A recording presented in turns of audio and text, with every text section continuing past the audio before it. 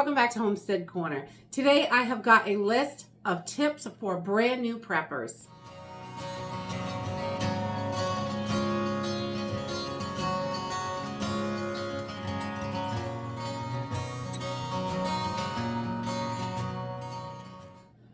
So when we start prepping and thinking about prepping, there's so much information out there. It can be extremely overwhelming. And a lot of people may jump in head first and then they get sick of it really fast. It can take up a lot of time if you allow it. It can take up a lot of resources, your money. But if you take some time with this, really think it through and follow a few of these tips, it can really make it so much better for you and your family. You want to get started and get your family prepared for all different kinds of things that could happen. There are lots of things that can happen, and it is wonderful to be prepared, and it really takes the stress out of everything that goes on in our daily lives, because we know at the end of the day, once you are well on your way, you're going to know and you'll have that feeling that you are prepared and you're ready if something comes up. So today I just have a small list of a few tips for new preppers to help you get started and on your way to prepping and getting your family ready for different emergencies. And this list by no means is all inclusive, but it's a good start to get you on your way. So the first tip is slow and steady wins the race. Start off small. Don't try to jump in and say, I'm going to buy 5 years of, dry goods and all this stuff on every piece of equipment there is. Slow and steady wins the race, definitely. Take your time. Start small and work your way up. 3 days, 3 weeks, 3 months, wherever you start. Then once you get to where you're comfortable for that period of time, if you start with 3 weeks of emergency supplies, if you start with that, then once you get to that goal, push the goalpost. Go to 3 months. Once you get to 3 months, push that goalpost to 6 months. It will help you in the long run because you can easily build it up, and it's a lot easier to get to 3 weeks or 3 months than it is to 3 years, all in the beginning. So starting off slow and really planning it out, how you're going to do it affordably for your family and make it an enjoyable thing for your family to do. Number 2 is figure out your most likely natural disasters in your area. So if you're in an area that floods, has volcanoes, has constant hurricanes, we're in an area that we deal with a lot of ice and snow in the wintertime.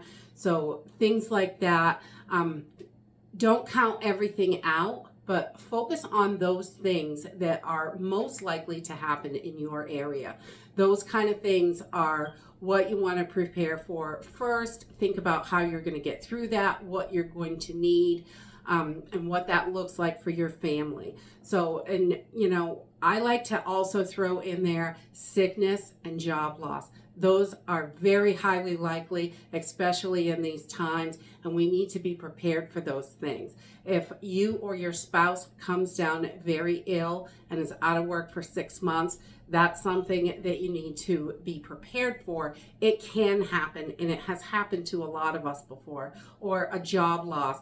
I see places laying off all the time now, constantly. Job losses can be a huge, devastating thing for a family, and making sure that you have got backup is really important to get your family through that until you can get to that next job.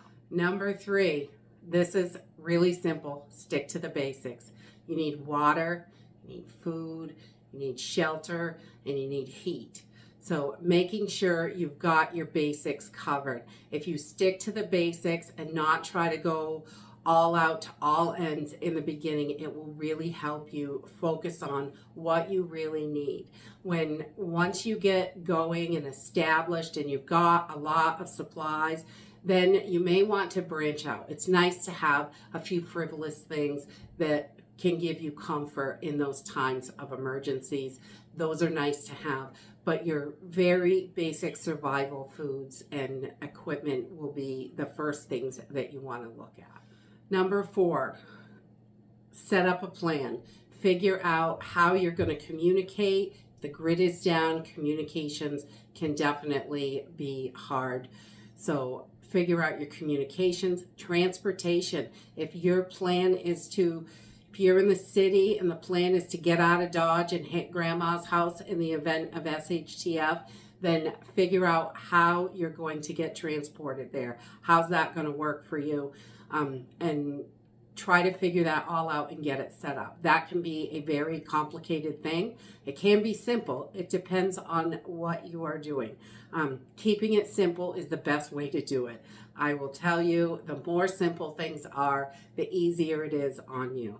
And also meeting places, plan those out. In the event of a fire, where is everyone going to meet outside? Where, if you're with a family group and you want to meet in a certain place, where would everybody meet in the event of SHTF?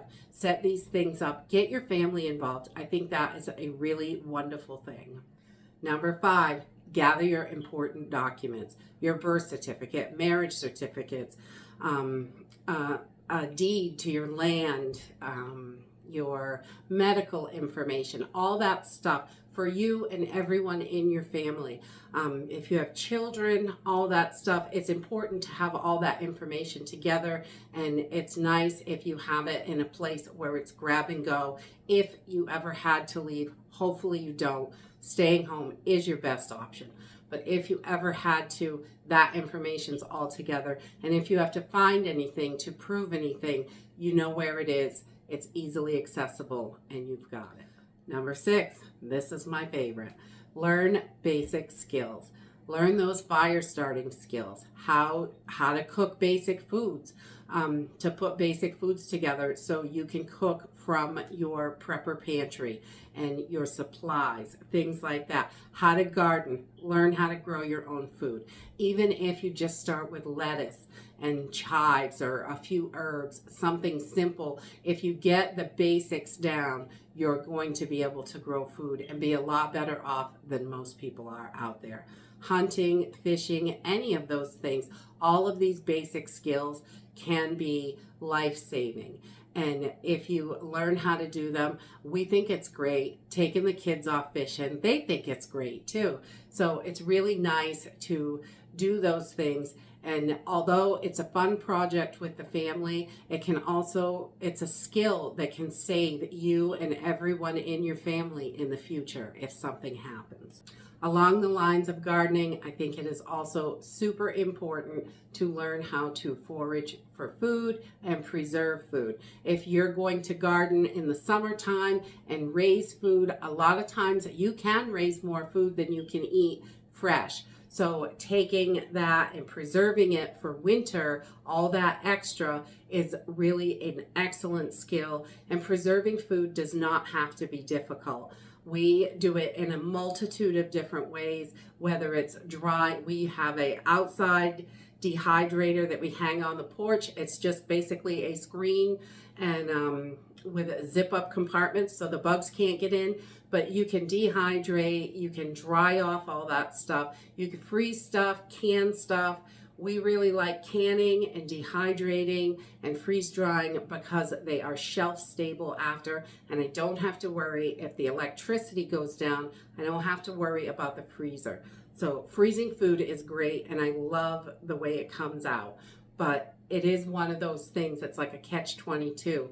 You want to freeze everything because it tastes good and it's got a great texture when it comes out. But canning food is wonderful because it obtains a lot of nutrients in there, and then you've got it shelf stable. So there are a bunch of different ways. Pick one and learn one at a time. Get really comfortable with it. I think that's important with those skills, is to get really comfortable. You don't have to be a master at anything. My dad always says, jack of all trades, master of none. And that's okay. If you can do these skills enough that are good enough for your family to help, to keep you alive, to survive through different situations, that is all you really need to do. You don't have to be the master or certified at anything. Number 7, don't share what you're doing with everybody. A lot of people get really excited and they want to tell everybody about their new prepper pantry or their new emergency supplies or whatever it is that you're working on. And it gets really exciting. You're excited, your family's excited, everyone's having fun. You don't want to be telling everybody what you're doing because a lot of people are not prepping. Anybody that is prepping is in a very small minority, honestly. Most people don't think beyond what's happening this week. So having an outlook on the future or preparing for any kind of thing like that, they're in right now, and that's it. They are not wondering what's going to happen next month or what could happen next year or how they're going to protect their family. They're not thinking of that stuff. Most people, that doesn't cross their mind. So being in a small group of people, you don't want to share that because when something really does happen, it can be extremely dangerous for you and your family if everybody knows what you have. That brings me to number 8. Don't put all your eggs in one basket. My goodness, I can't say this enough. If you put all of your supplies in one place and a fire happens, a burglary happens, anything like that, you can be wiped out with one incident. All of your supplies can be gone and destroyed in a flood, in a hurricane. Spreading them out as far as possible is the best option. Absolutely. Even if it's a little here and a little there, it's something to get you through until you can figure out a plan how you're going to proceed. So I really think that spreading your stuff out the best you can is super important. And number 9, don't forget those comfort items. You know, you love chocolate, a little bit of chocolate in an emergency might really be a morale booster. Board games, card games, things like that, stuff to entertain you, crossword puzzles, things you can do without electricity. If you love to crochet, stock up on some yarn, definitely. All those kind of things that give you comfort, keep your mind busy, things like that. We like to keep books on the shelf for, just fun reading. In case the power is out, we will sit with headlamps on and read books. It's all good. Play games, things like that. And also a Bible, prayer beads, whatever it is that keeps you going and gives you hope to keep moving. Because sometimes in the emergency or a disaster, it gets really difficult for people to keep going. They, are like, why should I do this?